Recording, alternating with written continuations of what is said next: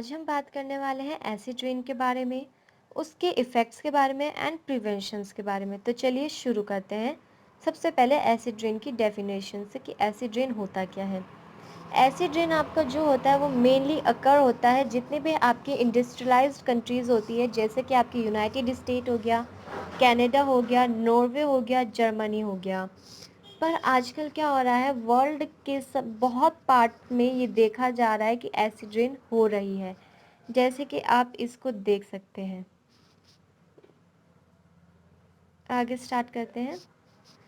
Acid rain आपको जो कोज होती है वो होती है आपकी एयर पोल्यूशन की गैस के कारण, जो जैसे कि जो आपकी होती है sulphur dioxide SO2, nitrogen oxide NO2, carbon dioxide CO2 etcetera. पर जो मेनली रिस्पॉन्सिबल होती हैं एसिड रेन के लिए वो आपकी दो गैसेस होती हैं, सल्फर डाइऑक्साइड और नाइट्रोजन ऑक्साइड। ये गैसेस आपकी तब एमिट होती है, एमिट मतलब तब निकलती है जब आप बर्न करते हैं कोल को या कोई भी अदर फॉसिल फ्यूल्स को, क्योंकि उनके अंदर बहुत ज़्यादा मात्रा में सल्फर कंटेंट होता है। ये गैस हमारे रिएक्ट करती है वाटर मॉलिक्यूल्स के साथ एटमॉस्फेयर में जाकर, जो प्रोड्यूस करती है एसिड्स। सल्फर डाइऑक्साइड हमारा जब प्रेजेंट होता है एटमॉस्फेयर में वाटर मॉलिक्यूल्स के साथ रिएक्ट करने के बाद, तो वो बनाता है सल्फरिक एसिड यानी कि H2SO4 एंड नाइट्रिक एसिड यानी कि HNO3। आप इसमें देख सकते हैं फोटो में। उसके बाद आता है हमारा when acid rain reach the earth. जब हमारी एसिड रेन अर्थ पे आती है उसके बाद वो हमारे रिवर्स में, लेक्स में और अदर वाटर बॉडीज़ में जाके मिलती है, जिसके कारण क्या होता है, जो हमारी स्ट्रीम्स या लेक्स होती हैं वो एसिडिक हो जाती है, और जो सॉइल में हमारा सॉइल प्रेजेंट होती है हमारी लेक्स में, उसमें एल्यूमिनियम होता है जिसको वो एब्जॉर्ब कर लेती है, जिसके कारण जो हमारा वाटर है वो बहुत ज़्यादा टॉक्सिक और हार्मफुल हो जाता है हमारी एक्वाटिक लाइफ के लिए, जो कि बहुत ज़्यादा हार्मफुल है ह्यूमंस के लिए भी।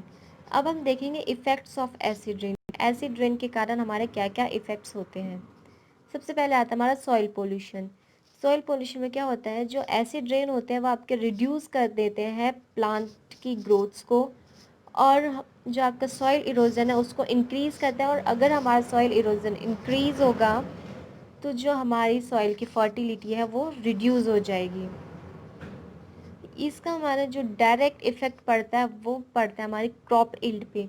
इल्ड मतलब जो हमारी फसल होती है, पैदावार होती है, उस पर बहुत ज़्यादा इफ़ेक्ट पड़ता है। एंड ये हमारा लीड करते हैं शॉर्टेज ऑफ फूड को, मतलब हमारे जो फूड है वो बहुत कम मात्रा में होगा। देन हमारा आता है damage to forest. When acid rain fall on the surface of trees and gets spilled by the trees, it prevents the trees from absorbing carbon dioxide and hinders the process of photosynthesis. This result in the reduction of plant food and may lead death of plant. मतलब जब हमारी acid rain fall करती है हमारी trees पे या उसके surface पे, तब उसमें क्या क्या वो होता है, तो वो उसको प्रिवेंट करती है कार्बन डाइऑक्साइड को एब्जॉर्ब करने से, और जो उसका फोटोसिंथेसिस का प्रोसेस होता है उसमें बाधा डालती है, जिसकी वजह से क्या होता है, हमारा जो प्लांट अपने लिए फूड बनाता है उनका रिडक्शन होने लगता है और उनकी डेथ होने लगती है। Due to acid rain plant lose their leaves and their bark is damage. Bark मतलब होता है उसकी छाल, जो पेड़ की हमारी छाल होती है। This reduce the growth of plant and make it more susceptible to the disease, temperature change and attack by the insect।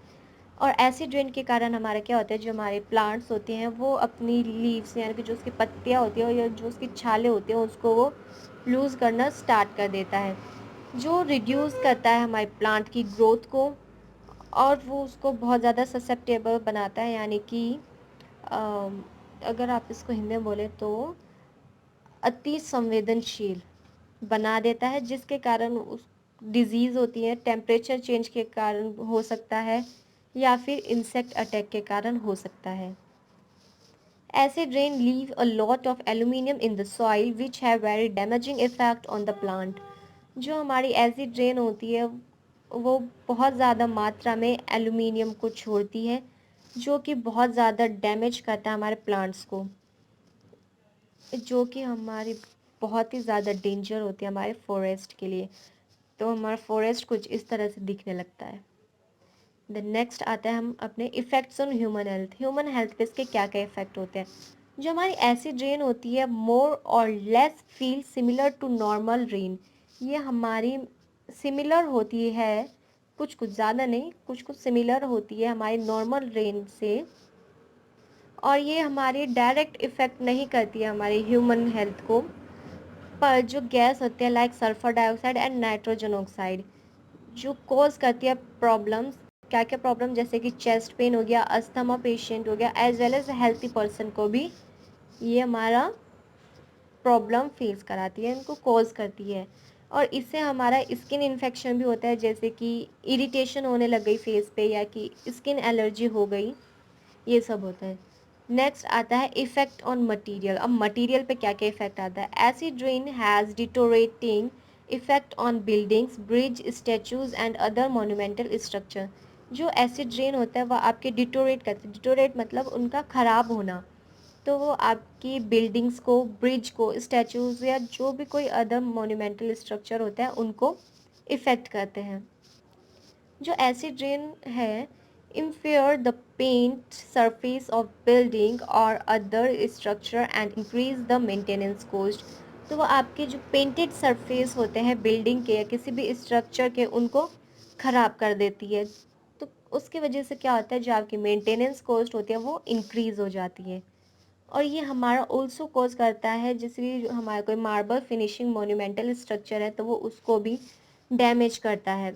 जो हमारे इन्वायरमेंटलिस्ट हैं उनके अकॉर्डिंग जो हमारा ताजमहल है जो कि 7 वंडर्स में से एक है, वो भी हमारा सफ़र कर रहा है डिग्रेडेशन से बिकॉज ऑफ एसिड रेन।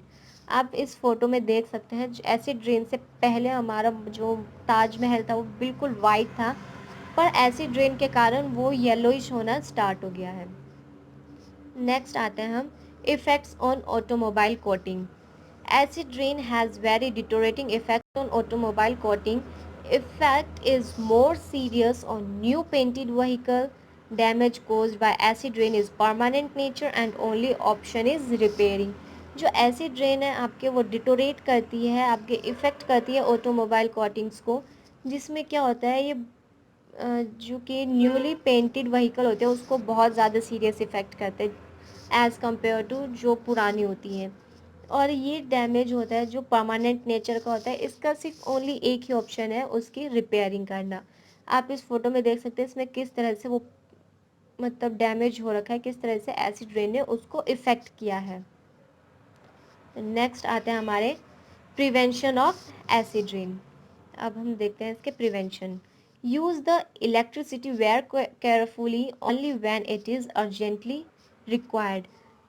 मतलब आप घर में जब इलेक्ट्रिसिटी यूज़ करते हैं तो आप ये ध्यान रखें कि आप उसको बहुत ही केयरफुली यूज़ करें, सिर्फ और तभी यूज़ करें जब उसका अर्जेंट रिक्वायरमेंट हो।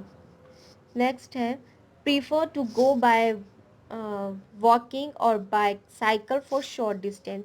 अब जैसे कि आप देखते होंगे तो कुछ लोग होते हैं जो शॉर्ट डिस्टेंस के लिए भी अपनी व्हीकल्स निकालते हैं, तो आप प्रीफर करें शॉर्ट डिस्टेंस पे पैदल जाना या फिर साइकिल से जाना, और वो आपकी हेल्थ के लिए भी अच्छा होगा।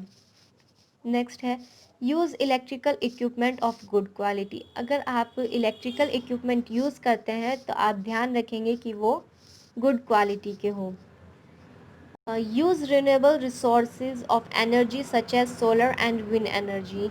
और आप मतलब जो आपके रिन्यूएबल सोर्सेज होते हैं एनर्जी के, आप उनको यूज़ करते हैं यूज़ कर सकते हैं, जैसे कि आपके हो गए सोलर एनर्जी और wind energy. Reuse the material and recycle if possible. आपके पास जो भी मटेरियल है आप उसको रीयूज़ कर सकते हैं, या फिर अगर रिसाइकल कर सकते हैं तो उसको रिसाइकल और रीयूज़ करें। Use air condition only when there is serious need. आप एयर कंडीशनर को तभी यूज़ करें जब उसकी बहुत ज़्यादा सीरियस नीड हो, क्योंकि एयर कंडीशनर हमारा बहुत ज़्यादा इफ़ेक्ट करता है एयर पोल्यूशन में। Use equipment like washing machine and dish washer eight there full load capacity.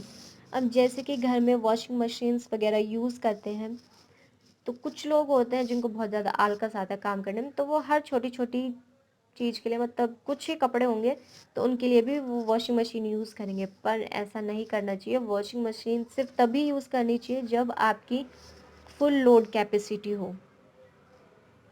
Travel by बस और train for longer distance.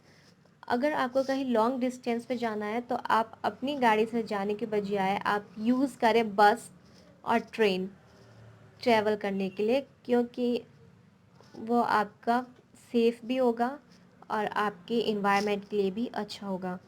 Use fuels which cause less air pollution. ऐसा fuel use करें जो less cause करे आपके air pollution